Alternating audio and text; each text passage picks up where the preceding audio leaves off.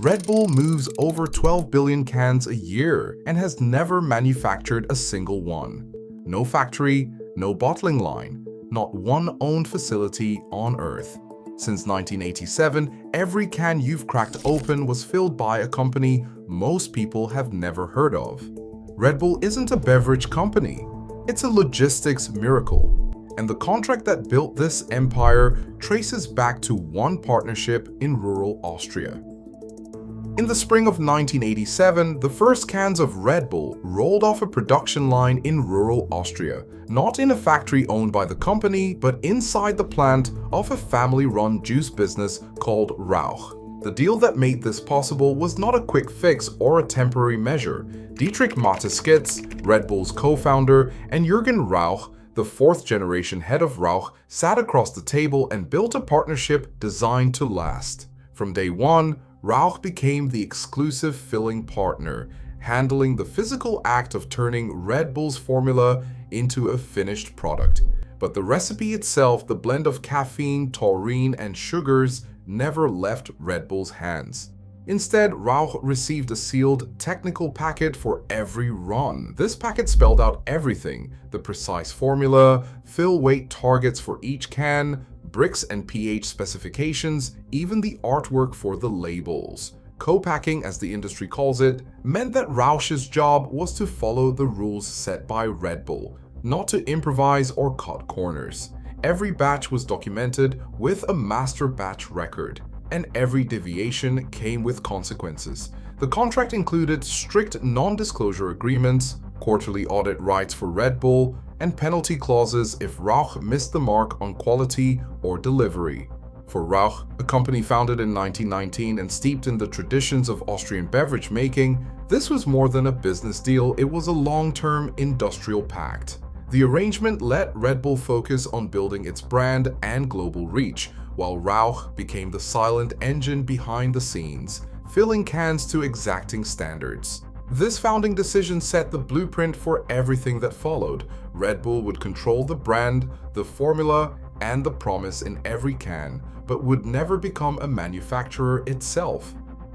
Inside the Rauch plant, Red Bull's production runs on dedicated filling lines that blend in with the rest of the facility. There is no Red Bull logo on the walls, no sign to hint at what is moving through the machines. The anonymity is intentional. Only a handful of supervisors have access to the sealed technical packet, and entry to the line is tightly controlled. Every step is governed by Red Bull's standards written into the contract and enforced on the floor. Even the smallest flaw, a scratch on a can or a label that sits a millimeter off, triggers a stop and a review. Line workers know that Red Bull's quality team will reject a batch for even minor cosmetic defects, and that every deviation gets logged. This discipline is not just for show. In 2015 and again in 2019, the fill weight on 2 production runs drifted just outside the allowed 2% margin. Both times the cans were caught before leaving the plant, but the incidents led to a penalty and a full upgrade of the weighing system. Rauch invested in a new automated scale that checks every can as it moves down the line, shutting out human error. Before any batch leaves the plant, it must pass a series of checks, lab tests for bricks and pH, visual inspection, and a final sign-off from both Rauch's QA manager and Red Bull's own quality lead. Only then does the batch get released to the logistics hub. Red Bull does not need to own the factory to control it. The real authority is in the standards, the access controls, and the relentless attention to detail. At the center of Red Bull's global operation stands a logistics hub in Central Europe, but this is not a warehouse in the traditional sense. Instead of racks stacked high with inventory, the facility acts as a cross-dock, a place where inbound pallets from Rauch arrive and are sorted, scanned, and routed out again, often in less than half a day. The goal is speed. Most shipments spend no more than 12 hours in the building before heading toward their next destination. There is no long-term storage, no safety net of idle stock. Every move is choreographed. As soon as finished cans leave Rauch, they are palletized and sent straight to the hub. Here, automated conveyor systems and a real-time warehouse management platform take over.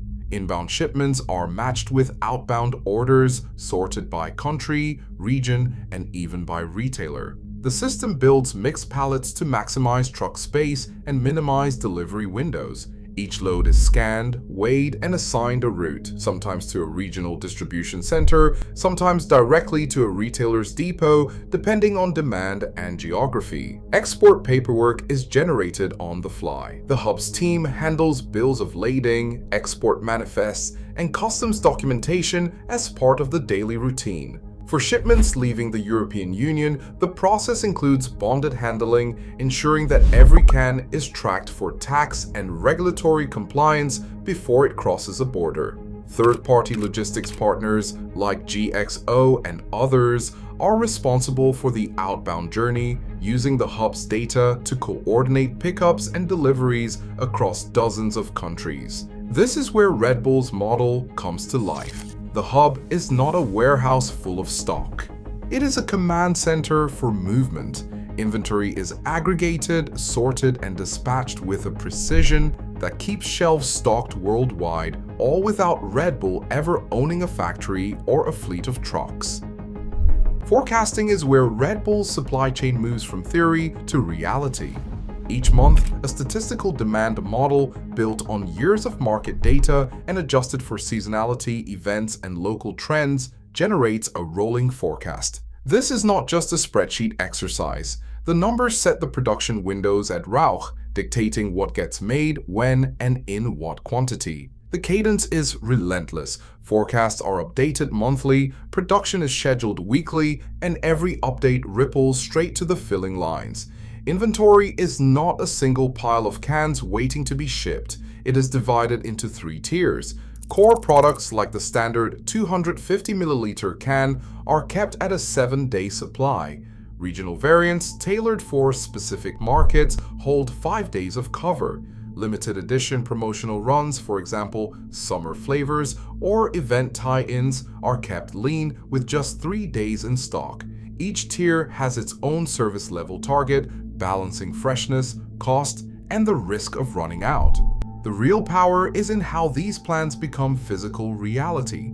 Orders from millions of retailers, including corner stores, supermarkets, and stadiums, are consolidated at the hub.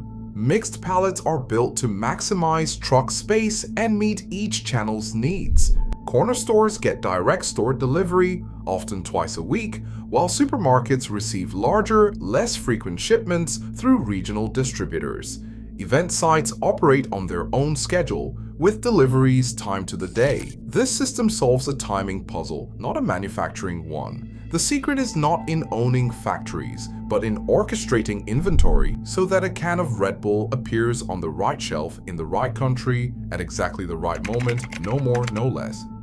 Red Bull's approach to business rewrites the usual playbook. Instead of pouring money into factories or warehouses, the company channels its capital into marketing, events, and digital infrastructure.